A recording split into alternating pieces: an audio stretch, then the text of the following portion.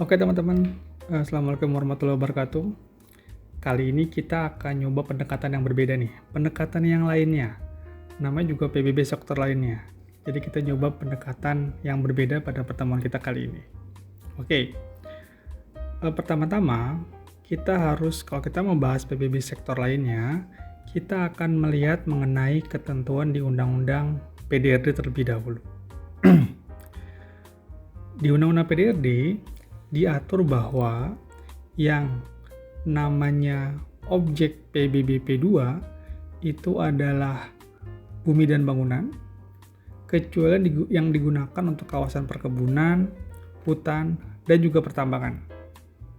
Oke, artinya selain kebun, hutan, tambang itu adalah objek PBB P2. Oke, kita sudah bahas nih bahwa untuk kebun, hutan, tambang definisinya itu adalah sebagaimana yang kita ketahui di PMK 186 tahun 2019. Kemudian, kita juga paham bahwa objek PBB itu berupa bumi bukan hanya daratan. Bisa daratan, bisa perairan. Ya, sampai sini kita udah belajar 2 klausul berarti nih. Klausul pertama bahwa objek PBB P2 itu selain kebun, hutan, tambang. Ya. Kedua, bahwa objek berupa permukaan bumi itu termasuk juga laut wilayah Indonesia. Oke. Jadi, teman-teman perhatikan bahwa kita sedang mencari ada ketentuan atau ada objek yang belum diatur di ketentuan yang ada. Yang sudah kita bahas sampai sekarang nih. Pertama tadi pakai Undang-Undang PDRD bahwa selain kebun, hutan, tambang itu punya Pemda. Ya, ingat bahwa objek berupa bumi itu juga ada perairan. Tapi constraint di Pemda bahwa wilayah yurisdiksi pemerintah daerah itu hanya sebatas laut, kabupaten, kota aja, yang mana sangat dekat dengan garis pantai. Bahkan kita bisa bilang bahwa tapi kan PBB P2 di DKI Jakarta itu dikelola oleh pemerintah provinsi. Iya benar. Tapi pemerintah provinsi pun itu paling jauh hanya 12 mil dari garis pantai. Ya, jadi nggak begitu jauh sebenarnya. Terus bagaimana dengan wilayah perairan yang digunakan bukan untuk kebun, hutan, dan tambang, terutama bukan pertambangan, itu nanti jadi objek pajak PBB siapa? Kita tahu bahwa laut itu adalah objek PBB P2, tapi wilayah yurisdiksinya itu bukan lagi punyanya Pemda. Gitu ya teman-teman ya. Oke. Maka ketentuan objek pajak yang sedang kita bahas itu adalah yang pertama, dia harus ada di wilayah perairan NKRI selain objek pajak kebun, hutan, tambang yang sudah kita bahas, dan tentunya ini juga bukan objek PBB P2. Tadi, PBB P2 itu selain kebun, hutan, tambang, tapi harus ada di wilayah yurisdiksinya pemerintah daerah. Lalu objek PBB sektor lain itu seperti apa sih? Teman-teman lihat di tampilan bahwa yang dijelaskan dalam ketentuan, ini sangat rigid ketentuannya, bahwa untuk PBB sektor lainnya, objek pajak berupa perairannya, saya bilangnya karena ini bumi adalah bumi berupa perairan yang dimaksud, maka adalah perairan yang digunakan untuk perikanan tangkap, pembudidayaan ikan, jaringan pipa, jaringan kabel, ruas jalan tol, dan fasilitas penyimpanan. Teman-teman sudah berkenal dengan istilah ini sebelum UTS. Yang perlu diperhatikan bahwa untuk objek pajak berupa bangunan itu tidak dikenal di perairan yang digunakan untuk perikanan tangkap dan juga perairan yang digunakan untuk pembudidayaan ikan. Untuk objek pajak berupa bangunan di PBB sektor lainnya itu hanya ada di perairan yang digunakan untuk jaringan pipa dan kabel, ada ruas jalan tol, dan untuk fasilitas penyimpanan dan pengolahan. Jadi ikan-ikanan beda sendiri. Ya, oke. Sekarang kita bahas yang beda duluan, yaitu perikanan tangkap. Yang dimaksud dengan perikanan tangkap atau perairan yang dikenakan PBB untuk perikanan tangkap itu adalah perairan yang digunakan untuk kegiatan perikanan tangkap yang diberikan surat izin usaha perikanan atau biasa disingkat dengan SIUP. Oke, jadi tidak semua kegiatan perikanan tangkap dikenakan beban PBB sektor lainnya. Hanya perikanan tangkap yang telah diberikan surat izin usaha perikanan. Oke, sip. Lalu gimana nih cara menghitung PBB-nya? Seperti biasa, kita balik dulu nih. Gimana cara nentuin NJOP-nya dulu? Ingat, perikanan tangkap itu nggak punya bangunan. Tidak ada objek pajak berupa bangunan. Sehingga kita akan ngobrolin NJOP buminya dulu. NJOP buminya aja, gitu ya. Nah, NJOP bumi untuk kegiatan perikanan tangkap, ini pertama kita bagi dua. Ada yang ada hasil produksi, ada yang tidak punya hasil produksi. Kalau sudah punya hasil produksi, itu kita pakai pendekatan pendapatan. Atau kalau di Undang-Undang PBB disebut dengan nilai jual pengganti, sama aja ya, pendekatan pendapatan. Nah, pendekatan pendapatannya itu seperti biasa, perkalian antara, nah kali ini adalah pendapatan bersih. Oke, sama seperti PBB sektor perhutanan untuk hutan alam, dia adalah produktifnya, dan juga PBB pertambangan. Oke. Nanti pendapatan bersihnya dikalikan dengan angka kapitalisasi. Skemanya kira-kira seperti ini teman-teman. Ya, NJOP bumi sama dengan pendapatan bersih dikali angka kapitalisasi. Seperti biasa, pendapatan bersih itu merupakan pendapatan kotor dikurang biaya produksi. Namun tidak seperti pertambangan minerba, seperti yang baru saja kita bahas di pertemuan sebelumnya, biaya produksi di PBB sektor lainnya untuk perikanan tangkap itu didim sebesar 70% dari pendapatan kotor. Oke, jadi pendapatan bersih itu dapat dari pendapatan kotor dikurang biaya produksi, tapi biaya produksinya ditetapkan sebesar 70% dari pendapatan kotor. Dengan kata lain, kita dapatkan bahwa pendapatan bersih itu adalah 30% dari pendapatan kotor. Nah, pendapatan kotor dapat dari mana nih? Well, kita bisa pakai analogi yang sama dengan minerba maupun di hutan alam. Didapat dari perkalian antara hasil produksi dikali dengan harga jual rata-rata. Hasil produksi itu apa? Ya berarti jumlah ikan yang ditangkap di tahun sebelum tahun pajak dikali dengan harga jual rata-rata.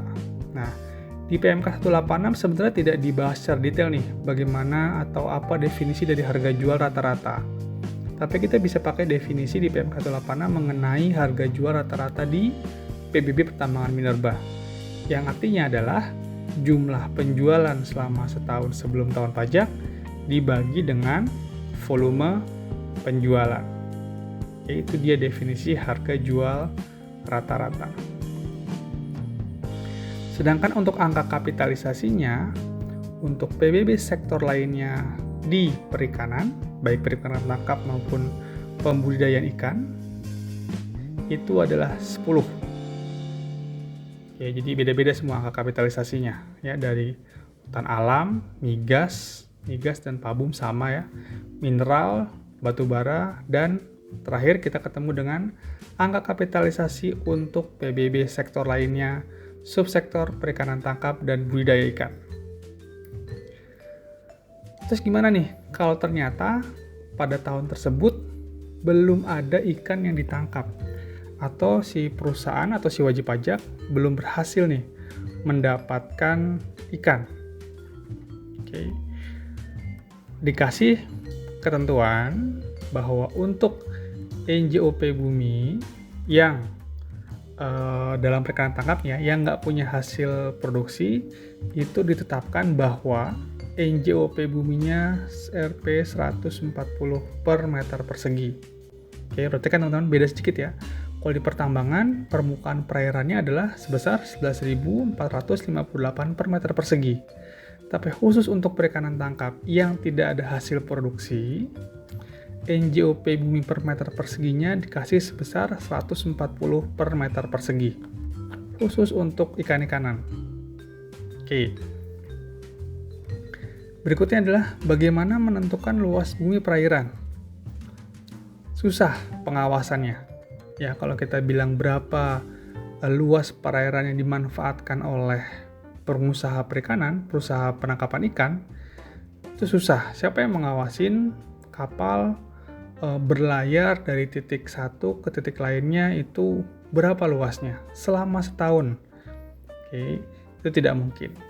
Sehingga dengan menggunakan kajian yang dilakukan oleh para penilai pajak, kita menggunakan pembagian wilayah perairan Indonesia yang ditetapkan oleh Kementerian Kelautan dan Perikanan.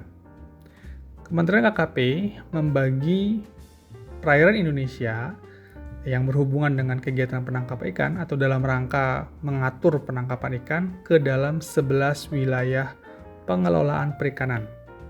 Sebagaimana teman-teman lihat di tampilan, ada 1, 2, 3, 4, 5, dan seterusnya. Ini kita sebut dengan WPP, Wilayah Pengelolaan Perikanan. Oke. Nah, masing-masing WPP sudah ditentukan dalam Kep Dirjen nomor 185 tahun 2020. Bahwa untuk setiap WPP ditentukan luas areal penangkapan ikan per kapal. Per kapal. Jadi misalnya saya wajib pajak penangkapan ikan, saya punya 2 kapal yang berlayar di WPP RI 572, maka luas areal yang kena PBB itu adalah 559.883 meter persegi dikali 2. Karena jumlah kapal saya yang berlayar di WPP tersebut 2 kapal. Oke? Sip. Jadi luas. Kenapa luas penting? Nanti kita penting nih untuk menentukan NJOP per meter persegi. Dalam rangka kalau sudah ada produksi. Kalau nggak punya produksi, maka kita akan mengalihkan 140 dengan luas areal penangkapan ikan per kapal. Oke, kita coba analogi untuk yang tidak punya produksi dulu. Nah, kita masih ngomong tidak punya produksi nih. Seandainya pada tahun sebelumnya saya punya 2 kapal, ya 2 kapal, maka bagaimana menghitung NJOP buminya adalah 140 dikali jumlah kapal dalam dokumen perizinan penangkapan ikan, contohnya 2, dikali dengan luas areal di WPP yang tadi sudah diperlihatkan di slide sebelumnya. Oke, jadi berapa NJOP bumi adalah 140 dikali 2 dikali luas areal penangkapan ikan per kapal, sebagaimana diatur dalam Kep Dirjen nomor Kep Dirjen 185 tahun 2020. Oke, sip. Sekarang kalau kita coba membuat skema lagi, ya skemanya masih sama. Perbedaan pertama adalah teman-teman, kita tidak menemukan lagi adanya NJOP bangunan untuk perikanan. Ya, jadi kapalnya itu bukan bangunan.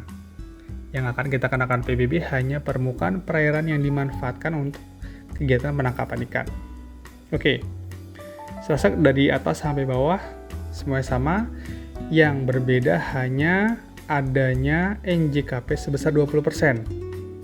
Oke, yaitu untuk yang NJOP-nya di bawah 1 miliar. Contohnya, kita lihat di sini ada 2 perusahaan, PT Ikan Bersemi dan PT Ikan Indah Megah. Ya, dua-duanya punya izin SIUP. Nah, karena kalau nggak punya izin SIUP, maka bukan objek PBB sektor lainnya nih. Ya, untuk menangkap ikan di perairan Indonesia. masing-masing memiliki 6 buah kapal penangkap ikan. Dua-duanya punya 6 kapal. 2 kapal di WPP NRI 711 dan 4 kapal di NRI 712. Oke, jadi kalau kita mengerjakan atau mencari solusi dari kasus ini, kita mesti ngelihat tabel WPP NRI yang memiliki apa tadi keterangannya, luas areal penangkapan per kapal. Nah, informasi berikutnya, kapal-kapal milik PT Ikan Bersemi itu belum sempat berlayar untuk menangkap ikan sepanjang tahun 2019. Oke. Sementara itu pendapatan kotor yang dihasilkan seluruh kapal PT Indah Megah selama tahun 2019 mencapai 1 miliar. Berapakah NJOP Bumi untuk masing-masing perusahaan dan berapa PBB terutangnya? Ya. Sekali lagi kita harus melihat nih teman-teman. Pertama, teman-teman harus membandingkan luasan WPP NRI yang ada di tabel di slide sebelumnya tadi. Baru kita bisa melihat bagaimana pengerjaan soal ini. Ingat, sini ada 2 tipe. Yang satu adalah perusahaan yang belum memiliki hasil produksi. Yang satu sudah memiliki hasil produksi. Terlihat dari dia memiliki pendapatan kotor. Oke, kita lihat. Untuk PT Indah Megah dulu, ya. PT Indah Megah ini tadi disampaikan bahwa dia punya pendapatan kotor sebesar 1 miliar. Oke. Rasio biayanya adalah 70%. Sehingga kita dapatkan pendapatan bersihnya itu adalah 300 juta. Oke, gampang ya. Pendapatan bersihnya untuk mendapatkan NJOP Bumi kita kalikan dengan angka kapitalisasi dulu. Sehingga kita punya NJOP Buminya adalah 3 miliar. Nah, ingat kita harus cari tahu dulu nih berapa NJOP Bumi per meter perseginya. Untuk mendapatkan NJOP Bumi per meter persegi, kita bagi dengan luas area yang dimanfaatkan. Karena tadi ini di WPP 711 mungkin ya. Nah, teman-teman, kita bagi 3 miliar dengan luas areal penangkapan ikan.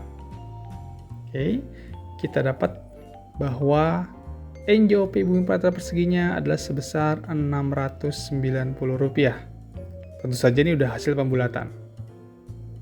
Baru nanti NJOP Bumi per meter persegi ini kita kalikan lagi dengan luas areal. Kemudian baru kita masuk ke penghitungan sebagaimana biasanya. Dapat NJOP Bumi, dikurangi dengan NJOP TKP, ketemu NJOP sebagai dasar penghitungan PBB, kita kalikan dengan NJKP-nya 40%, karena NJOP-nya 1 miliar ke atas. Oke ya, baru kemudian kita kalikan dengan tarif sebesar 0,5%. Oke, sip. Saya rasa mudah-mudahan teman-teman bisa mudah mengertinya. Ya, oke. Kemudian yang satunya, ini adalah PT Ikan Bersemi yang belum ada hasil produksi. Oke, kita lihat karena dia belum produksi, maka ditetapkan NJOP Bumi per meter perseginya adalah Rp140. Kemudian kita lihat di tabel tadi, untuk WPP NRI 711, ya, luas area penangkapan ikan per kapalnya itu adalah 1.577.321 meter persegi. Karena informasi di soal PT Ikan Bersemi ini punya 2 kapal, ya, maka luas area yang dimanfaatkan itu adalah 1,57 juta ini dikali 2, itu adalah luas area yang dimanfaatkan, dan NJOP Buminya adalah 140 dikali luas areal yang dimanfaatkan. Berarti ya 140 dikali 1,57 juta dikali 2. Ini ketemunya. Ini baru yang di WPP NRI 711. Oke ya. Ternyata PT Ikan Bersemi itu juga punya SIUP yaitu izin untuk melakukan penangkapan di WPP NRI 712 untuk 4 kapal sisanya. Nah, untuk yang 712, karena luas per kapalnya berbeda, luas penangkapan per kapalnya berbeda, sebagaimana itu di cap 185, maka teman-teman kita kalikan kali ini 140 dengan luas area penangkapan per kapal yang punyanya 712. 140 dikali 285.000 ini dikali 4, ketemu nih, NJOP untuk permukaan perairannya adalah sebesar 159 jutaan. Oke ya, sip. Berikutnya untuk NJOP total tinggal kita jumlahkan saja antara NJOP bumi di sini dengan NJOP bumi di sini. Tinggal dijumlahkan aja. Oke, dapat NJOP totalnya dikurang NJOP TKP-nya juga. Tapi ingat, karena NJOP-nya di bawah 1 miliar, sekarang NJKP-nya hanya 20% aja. Oke, NJKP-nya 20% dikali PBB terutangnya 0,5%, ketemu berapa besarnya PBB terutang. Oke, lanjut.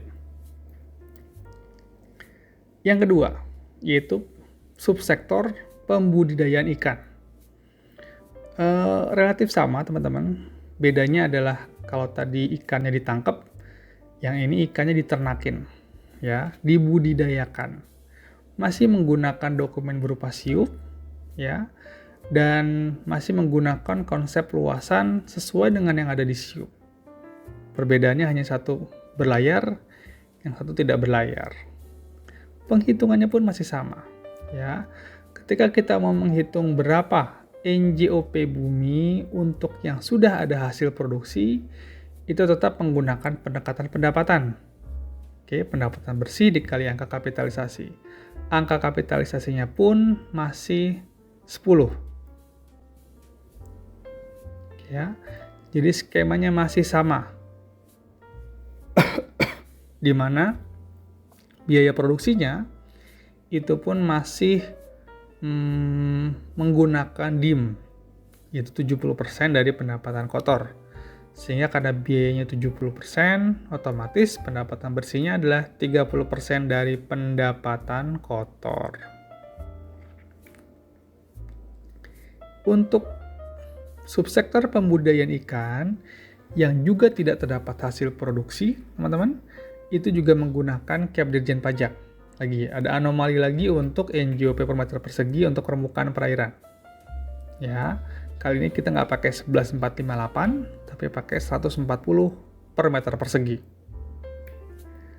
Sehingga kalau kita mau cari tahu berapa NJOP bumi pembudidayaan ikan yang tidak memiliki hasil produksi, itu adalah NJOP per meter persegi sebagaimana ditetapkan dalam CAP dikali dengan luas areal. Luas areal itu berupa apa? Yaitu luas yang wilayah yang dimanfaatkan untuk pembudidayaan ikan. Itu tercantum dalam siupnya. Jadi semua pengusaha pembudidayaan ikan di dalam siupnya tercantum. Kamu boleh menguasai atau memanfaatkan wilayah perairan seluas let's say 1 km persegi. Oke ya? Oke, sip. Maka sekali lagi untuk menghitung PBB terutang subsektor pembudidayaan ikan, tidak ada NJOP bangunan. Nggak ada NJOP bangunannya. Oke. Dan NJKP-nya pun masih memungkinkan ada yang 20%. Oke? Oke, sip. Contoh, misalnya ada sebuah perusahaan gitu ya, yang punya siup dan luasnya adalah 500 hektar. Oke, nanti kita lihat informasi seperti apa. Kemudian perusahaan melakukan budidaya dengan keramba dengan diameter 14 meter. Nilai kerambanya adalah 200.000 per meter persegi. Mungkin ini biaya untuk membuat keramba tersebut, ya. Dan ada hasil sebagaimana teman-teman lihat. Di sini hasil produksi dan terjualnya sama, dan ini adalah harga jual per kilogram. Oke, sip. Pertama, karena ini sudah ada hasil produksi, maka kita menggunakan pendekatan pendapatan. Hati-hati teman, meskipun ada keramba, ya, tapi tidak ada NJOP bangunan nih untuk pembudidayaan ikan. Ya, jadi kerambanya tidak kita hitung sebagai bangunan. Meskipun mungkin beberapa menganggap ini konstruksi teknis, tapi ketentuan tidak berkata demikian.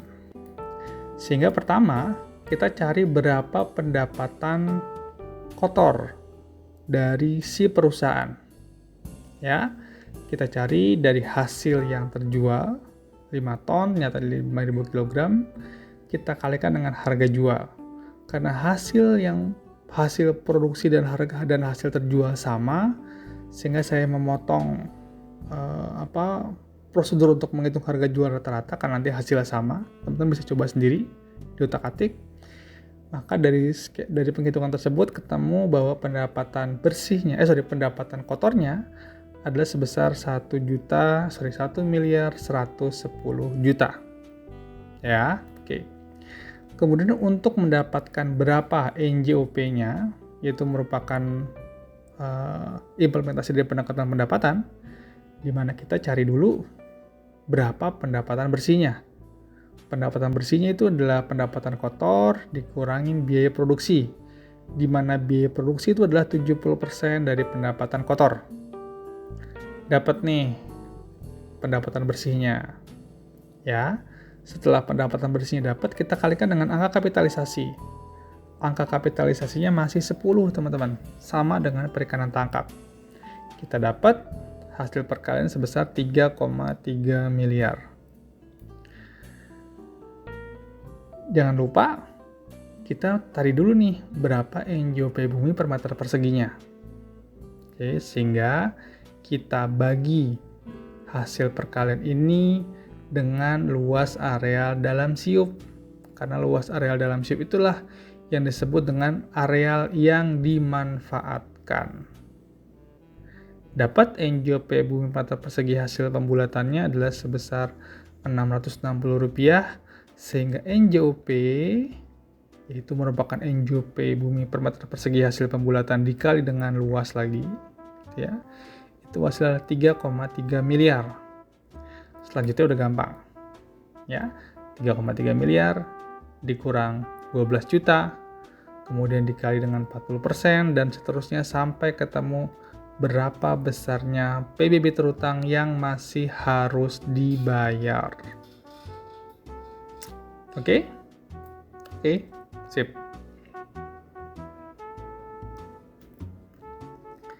Kemudian untuk subsektor yang berikutnya, ya, subsektor yang berikutnya itu adalah jaringan pipa dan kabel. Oke, mungkin sedikit unik ya. Ternyata jaringan pipa dan kabel itu juga objek PBB. Ingat teman-teman, ini adalah jaringan pipa dan kabel yang ada di dasar laut atau yang ada di bawah permukaan laut.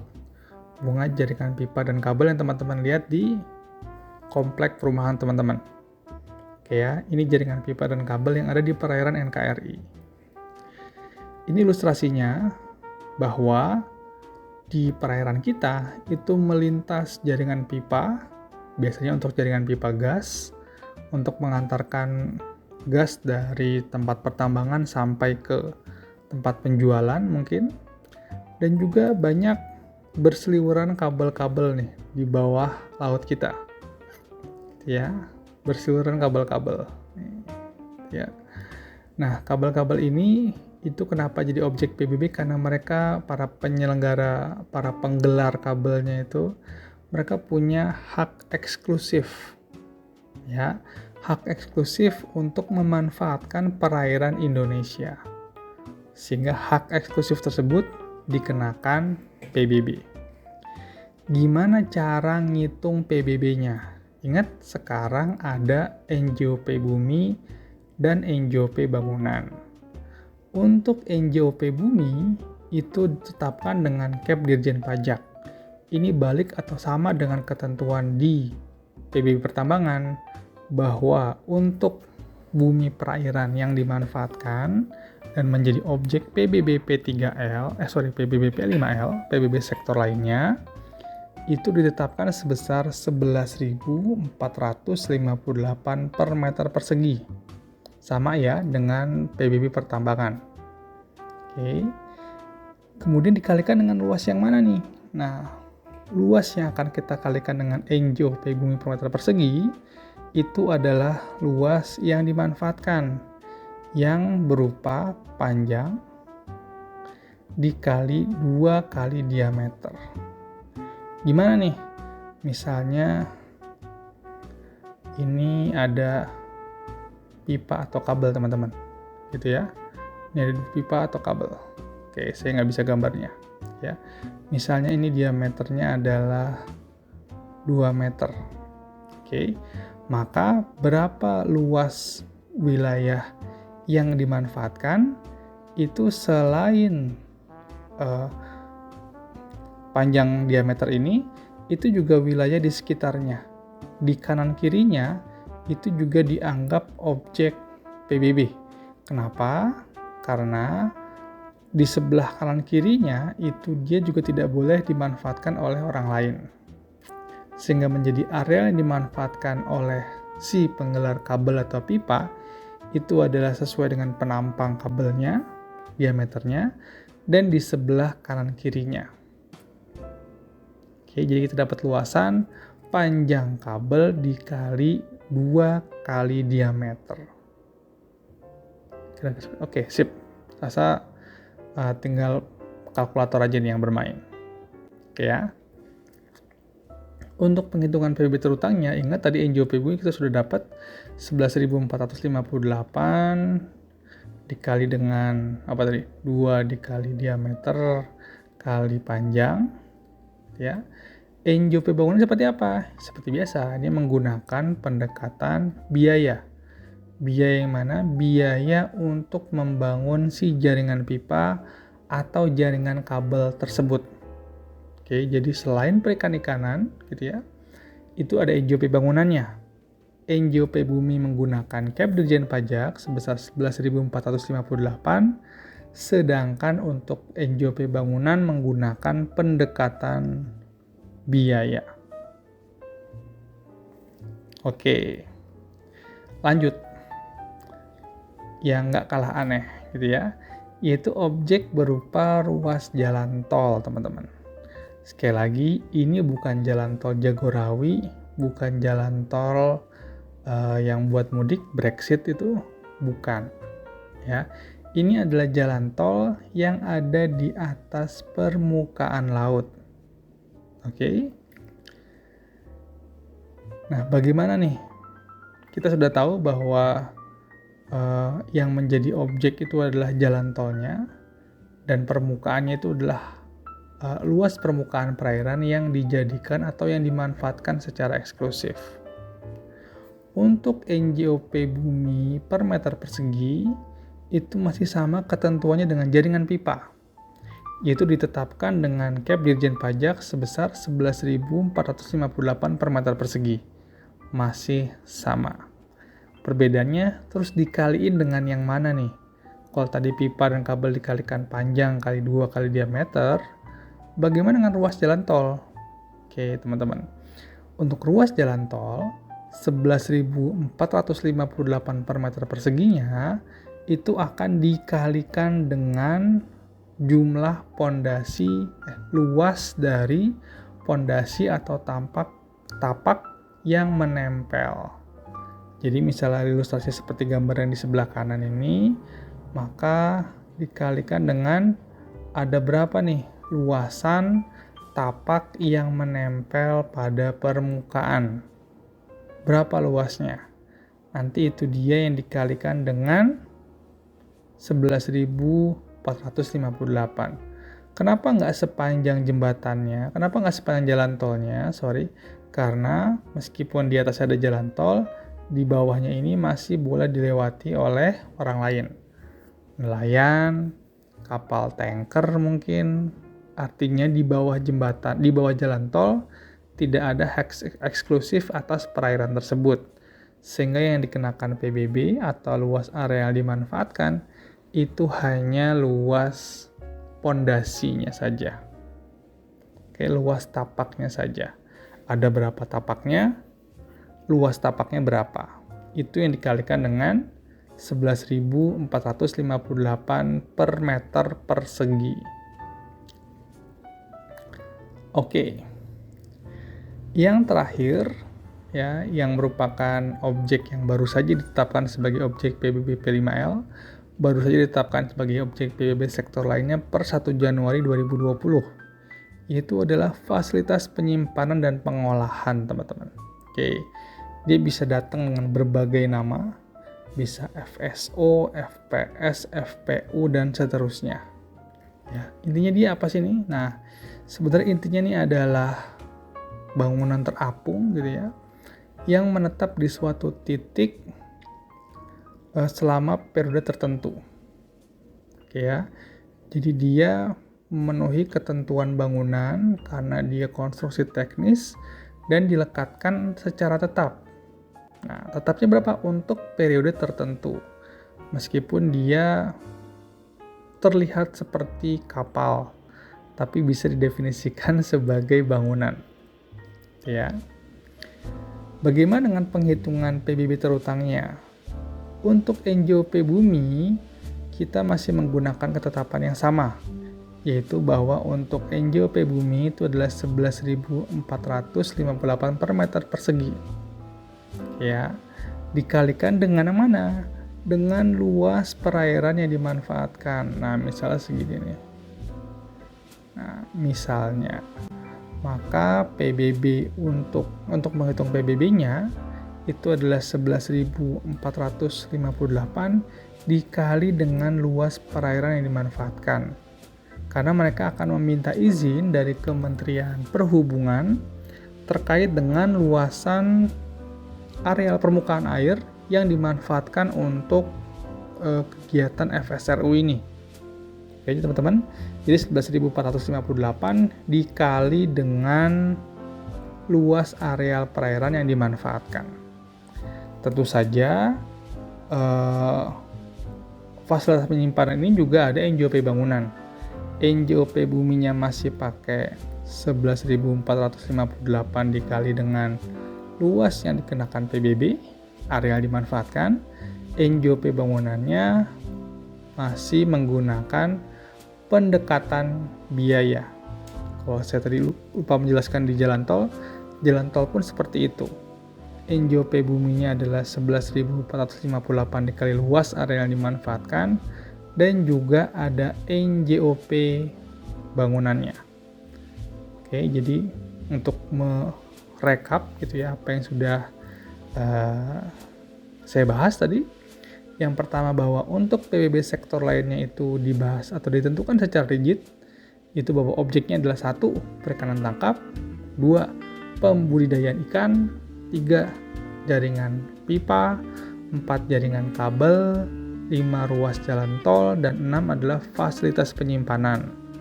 Yang teman-teman perlu notice adalah untuk PBB perikanan tangkap dan pembudidayaan ikan itu tidak ada objek pajak berupa bangunan, dan penghitungan NJOP permukaan perairannya, NJOP buminya itu ada yang menggunakan pendekatan pendapatan, ya, yaitu yang memiliki hasil yaitu perkalian antara pendapatan bersih dengan angka kapitalisasi sebesar 10.